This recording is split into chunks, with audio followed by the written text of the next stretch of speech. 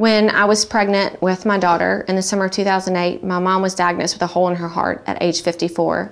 She'd gone her whole life thinking it was a heart murmur. So I knew enough about family history to know that heart disease was important. So 2 years after she was diagnosed, I decided, well, I should go get a wellness checkup. Everything I had was normal.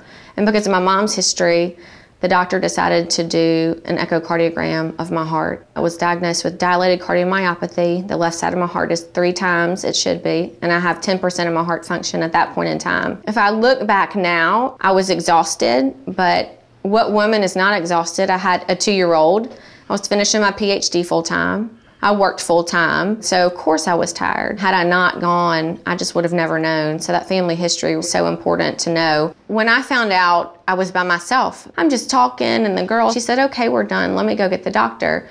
And I saw a tear running down the side of her face, and I thought, oh, well, this might not be a good sign. And he sat me down, and he said, you've managed to surprise me.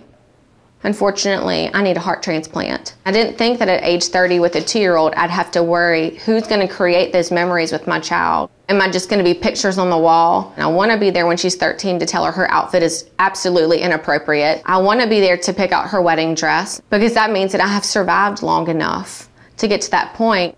I blacked out at a stoplight. This wonderful young man came, put the car in park, and he grabbed my cell phone, and I had the American Heart Association's first aid app on my phone, and I had saved all my medical information in a wallpaper. So when the paramedics got there, they could read what that first aid app provided. That alone is something that the American Heart Association gave to me without even knowing to help someone save my life. You could be the perfect picture of health and still have heart disease. And when you can change what people think heart disease is and who it chooses, you give them that educational opportunity to say, well, let me just go get checked out, and maybe they'll just be on the beginning side of heart disease and it's more treatable. Unfortunately, I found out at the end stage of my heart failure.